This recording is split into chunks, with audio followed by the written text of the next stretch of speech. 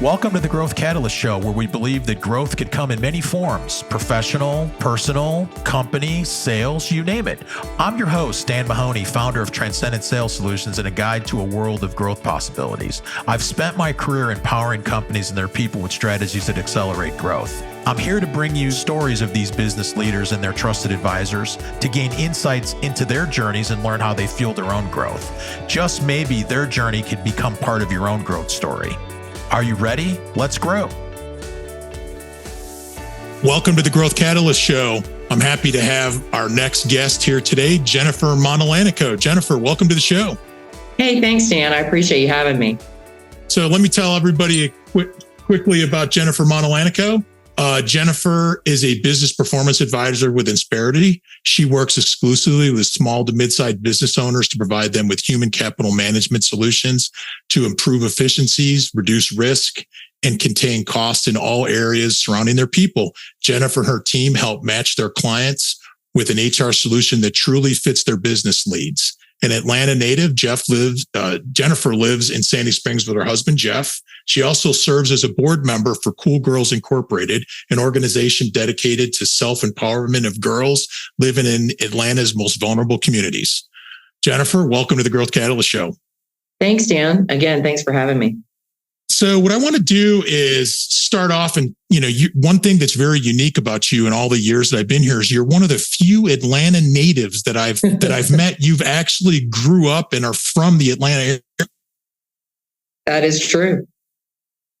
So, University of Georgia graduate, go Dogs. Go Dogs.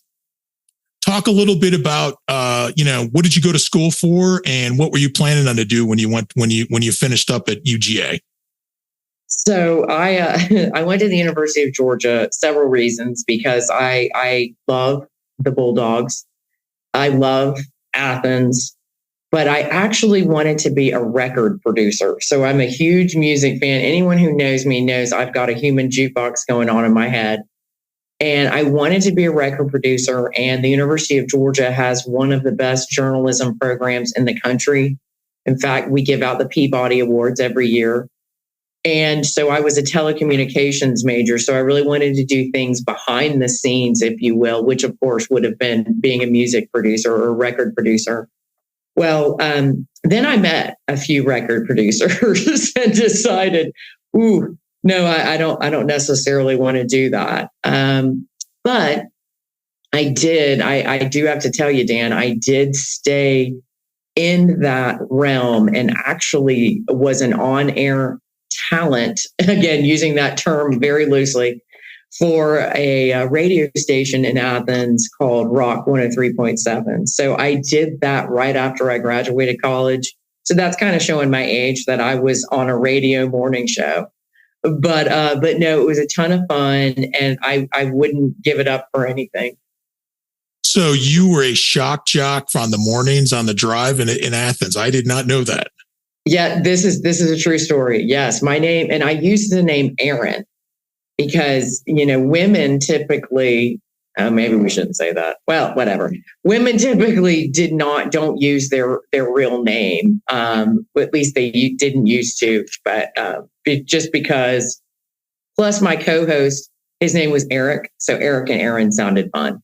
The Eric and Aaron show. It was. I got a new name for you. This is great. I know that frightens me. So how did you transition to radio to get in the business world? What was the journey there? This is a fun one. And for all of you raising children out there, please pay attention to this story. So I graduated college. And again, as I mentioned, I went to Georgia. I did graduate in 4 years because my father told me he would not pay any more than that.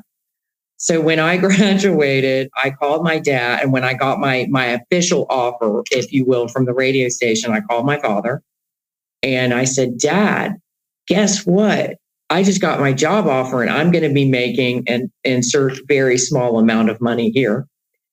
And my dad couldn't be more proud of me. He was so proud of me. He said, Jennifer, oh my gosh, that is so wonderful. Although I do have to tell you, I give you more money than that now.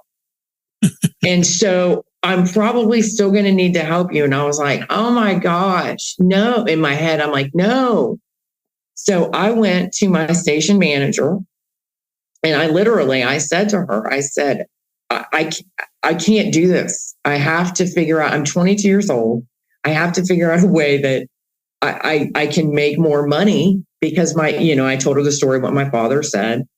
And she said, well, I guess you could sell advertising as well, kind of do that, in coinciding with what you do.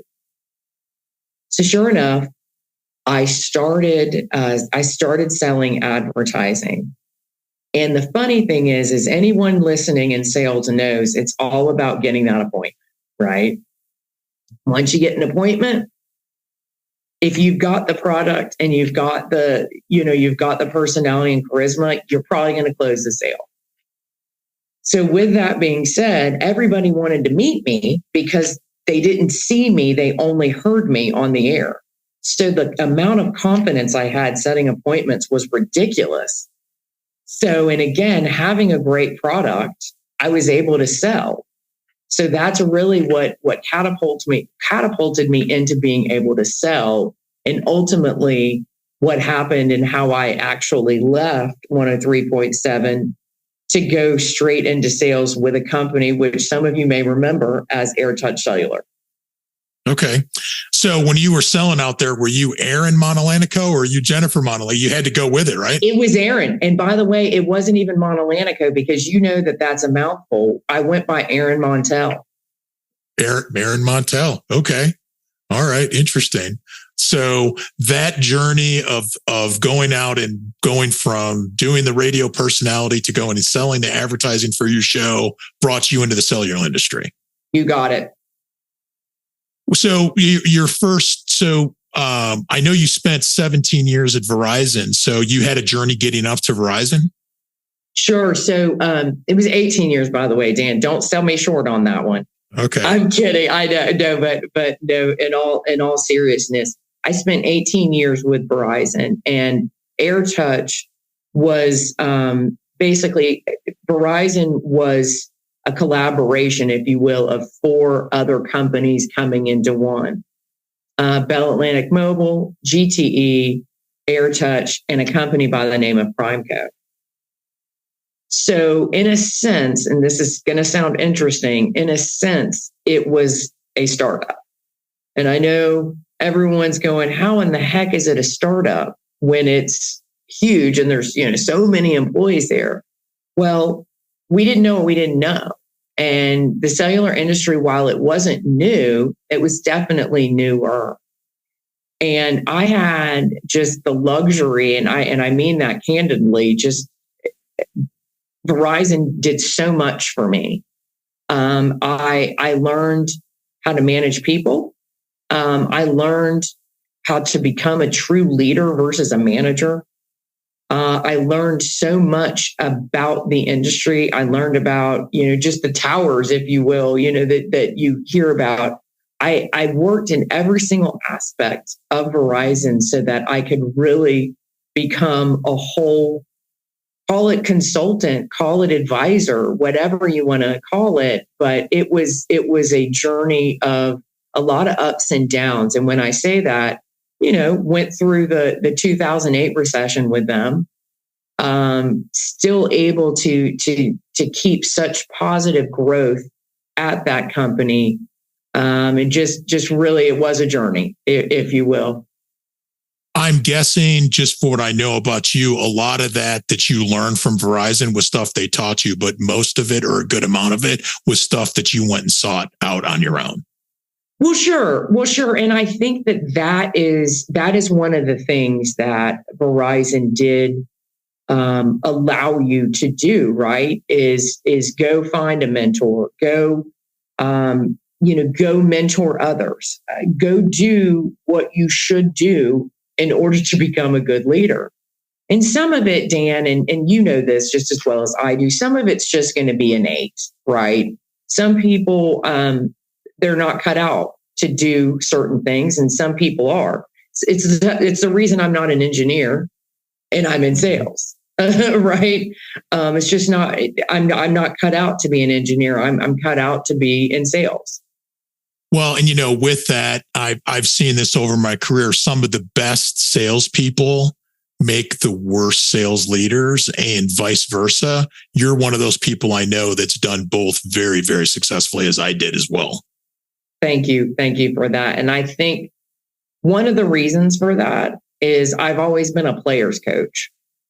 And by that terminology, managing up, I know we all have to do it. We all have to give our reports. We all have to do that. And I'm not saying anything negative about managing up, but I managed down a lot better than I managed up. And that allowed people to really follow me. And I am very fortunate in that aspect. That's just kind of how I lead. Talk about one of the most defining moments in your career. Wow. Pretty big. It's a big one. It is. I would have to say when I decided to get out of sales, just being an individual contributor and going into leadership. Now, I remember having a conversation with the person that was hiring me to be, call it a frontline leader, right? Middle management, if you will. And he asked me the question, which I always thought was interesting. He said, "Are you going to have a problem with your salespeople making more money than you?" And I thought about that for a second. I'm like, no, why would I have a problem with that? It just didn't make sense that question was being asked of me until I talked to some of my then peers who were sales managers who were not happy that salespeople made more money than them. And those people were quickly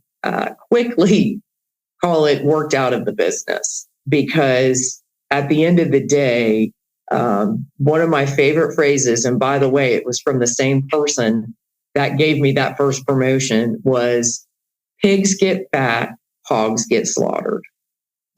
And it's a great for, and it's basically don't be selfish. Yeah. And I have lived through that. Ever since that, and gosh, I don't know, it's probably 29 years old. And I'm just a twinge older than that now.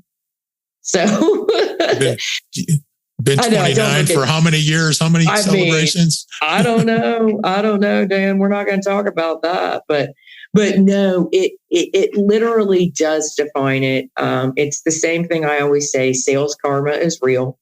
I don't care what anybody says. And I think that's one of the biggest life lessons.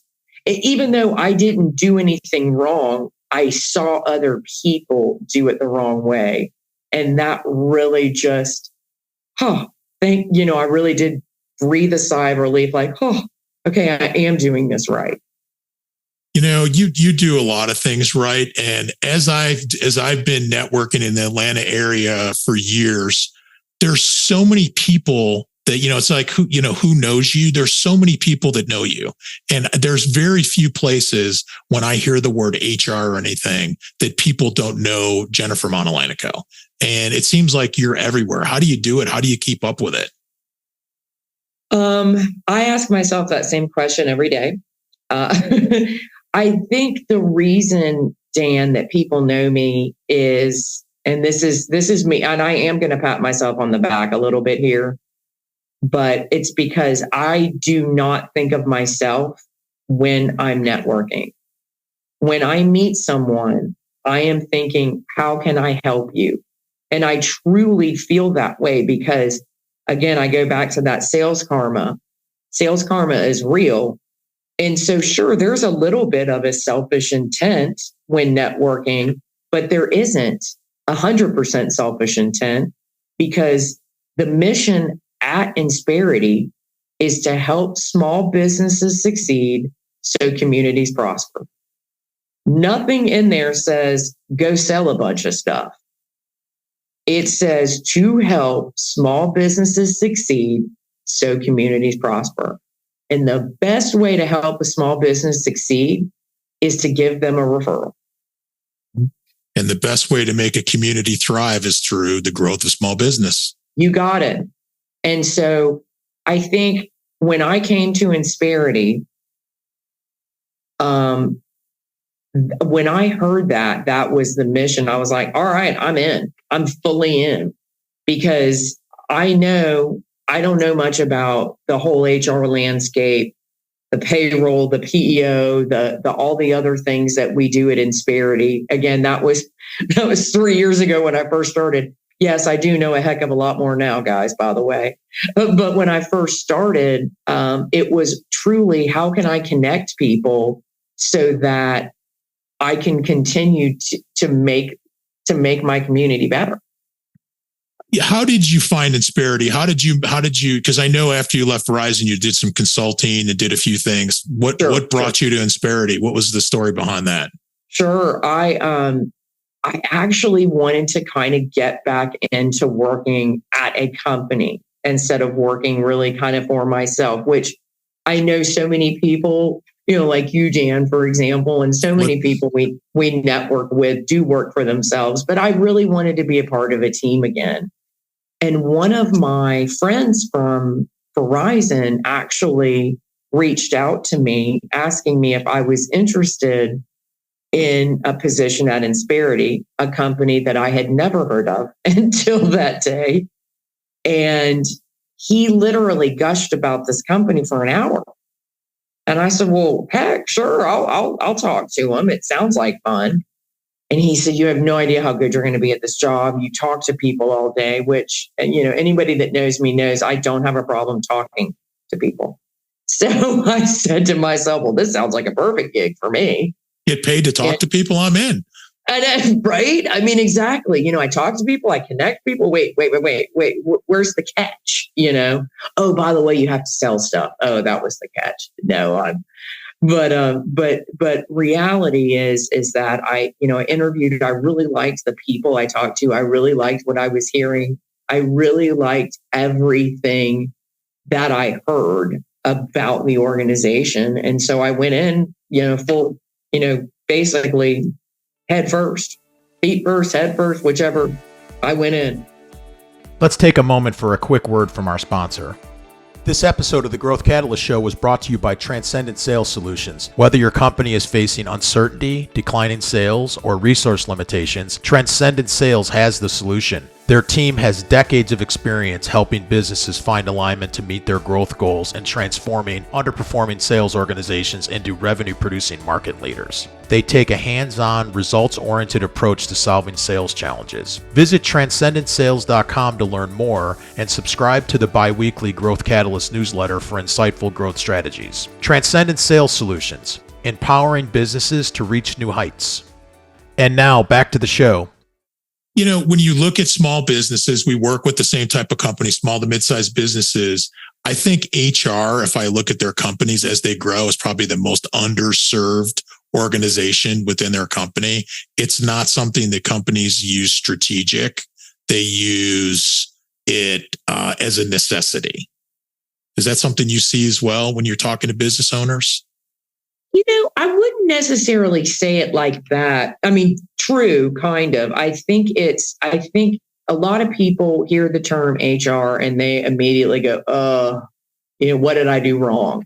Right. Mm-hmm. I also think a lot of small business owners have been able to, for so long, get away. And I don't mean that in a negative way, but get away with, just kind of having, hey, yeah, sure, I'll run my payroll. I'll do this. Sure, I can keep up with compliance. I can keep up with this.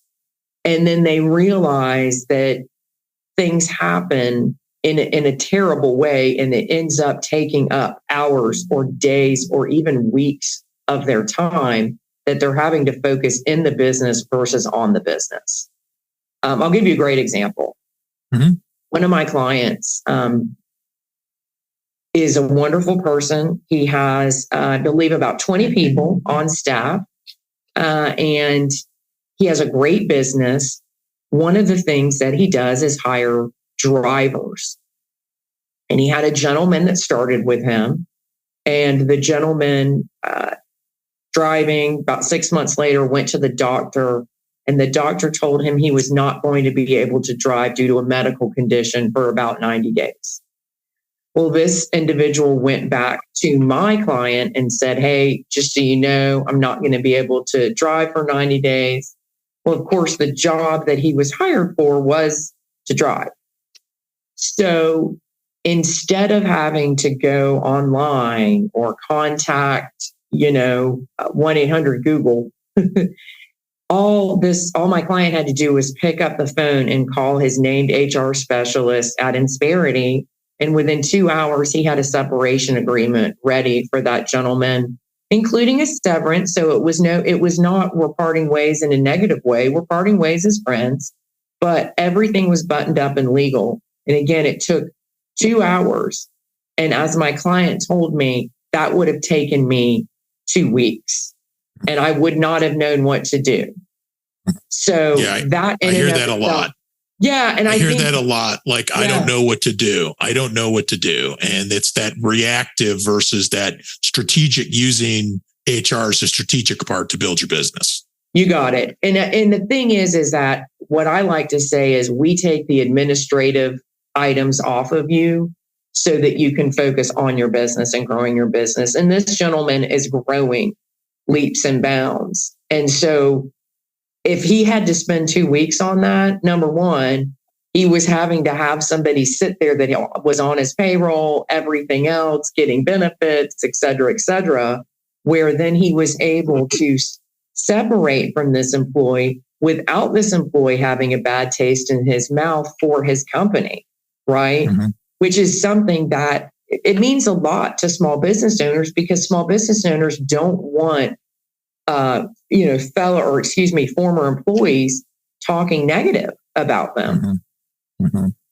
So let's take a step back for a second. One of the terms you've mentioned a couple of times during our time here is PEO. There's a lot of people out there that don't even know what a PEO is. They heard it and they go, "Oh, yeah, I know what that is," but they really don't. Right. Give us in a layman's terms, what is a PEO?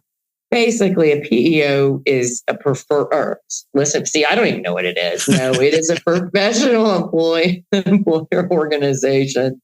And what that basically means is an IRS designation, so that Insperity, or, I'll even use some of my competitors out there who are great people, ADP, Total Source, and TriNet. We use that term so that we can actually bundle you in, you being a small business, into our company, so that we can co-employ your employer, so that we can offer you Fortune 500 benefits, even though you've got a staff of 20. Okay. With that explanation, I know and I've talked to business owners, there's a lot of misconceptions out there about PEOs, and it's expensive, the costs, a lot of it comes down to cost. What are some of the misconceptions of those? And talk a little bit about the cost. Yeah, I think some of the misconceptions out there is, from what I've heard, by the way, there were some companies, maybe 10 years ago, that turned themselves into a PEO. They were not a certified PEO like Insperity is, certainly not a publicly traded company like Insperity is. And there were times that payroll taxes were not filed. Maybe the benefits were, not as much as provided, or as sold to them. And with that being said, there were some negative connotations. On top of that, there are some parallel partners out there that seem to think that a PEO is going to take business from them. Call it an HR consultant, maybe even a benefits broker, where really I get some of my best referrals and give some of my best referrals to those partners. So I really think a lot of the misconceptions probably have to do with people not understanding the full gamut of how a PEO can help your business. Where I find it helps a lot of the clients I work with is when they're in that growth stage and they want to start bringing in talent as they're growing. And well, let's see what we're offering here. I mean, yeah, competitive salary, but what do you have as far as benefits or, all those things like, well, we don't really have benefits. We have this. And, and I think that's where a PEO really helps a company that's trying to grow. Absolutely. And I want to go back because you mentioned expense and I didn't really answer that for you. And I do want to answer that. The interesting part is that because I talk to business owners and call it, a lot of times I am talking to CFOs as well, or even CPAs. We being Insperity, we are going to be between 1% to 2% either less or more than your current payroll burden. Because a lot of people forget that the cost of an employee isn't just their gross salary, right? You've got things on there like workers' comp, okay, your payroll taxes, benefits. All of that equates to an amount over that percentage of what you're currently spending. So we are always going to be between 1% to 2% higher or lower. So I just wanted to point that out from a cost perspective. Well, and I think too, and I've seen this, is there's a trade-off in that cost because a lot of times you have business owners that have family coverage that they're paying and they're getting that on their own. Mm-hmm. And that trade-off cost, sometimes they miss that. Like you're paying $2,000 a month for just your own health benefits for you and your family. Right. And I think there's that, Dan. The other thing about it is Insperity provides you a team of HR professionals for about the cost of half of a headcount, right? And again, that's depending, asterisk here. That's obviously depending on the size of the company. But, you're getting, again, a team of professionals because you can't forget those soft costs, okay? Example, let's say that you have an office manager that has to spend their time on payroll or on onboarding. The amount of time that person is spending on that is the amount of time that person cannot do things that are more relevant to move your business forward and to make you more money. Mm-hmm. I know you shared a story before about the offboarding of that with that client. Share another success story that can really highlight the impact of having a PEO like Insperity. Absolutely. You brought it up earlier about having family coverage and things of that nature. Small companies that are starting out, especially now in this very competitive market from a talent perspective, they need benefits and they need it sooner than later, right?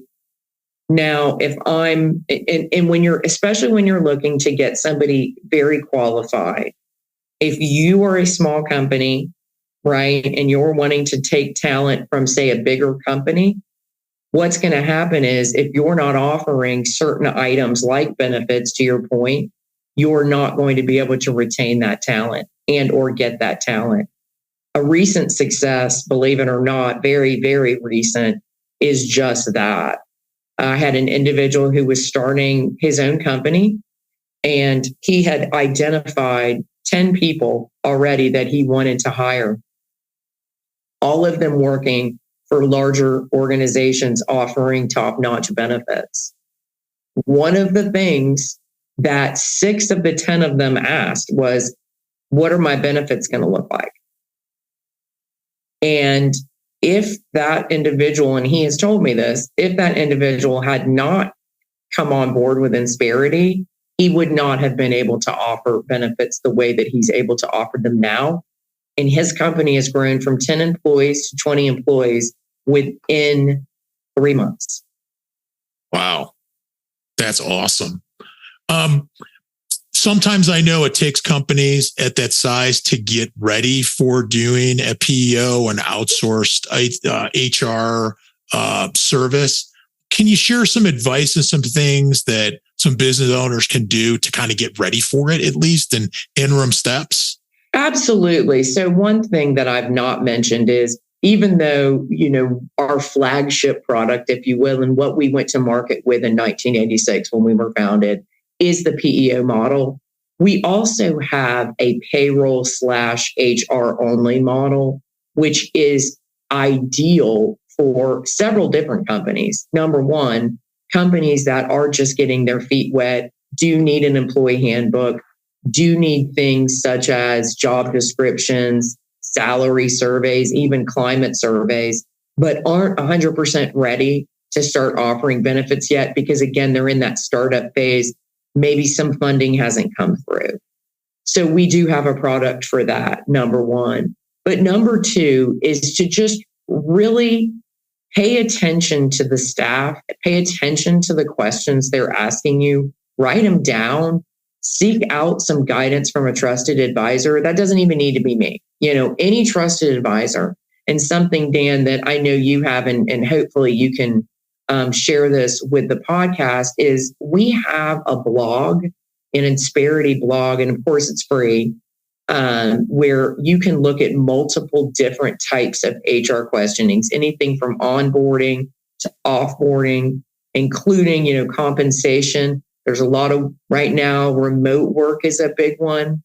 So there's all sorts of things on that as we speak that I'd love for you to share with your viewer, or not your viewer, well, kind of a viewer, but your listeners. Yeah, absolutely. Viewers, listeners, everything. Yes. We'll be happy to share that. And, Jen, last question for you. And sure. By the way, this has been awesome. It's been very informational. If someone's interested in connecting with Jennifer Montellanico or Aaron, or is interested to learning more about Insperity, what's the best way to find you?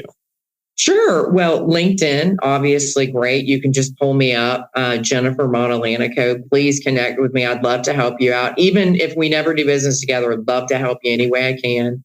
My mobile number, give me a buzz, 404-291-0000. And yes, that's my mobile number. And again, remember, I was at Verizon for 18 years, people. That's how I have that number. The coolest number that I never forget.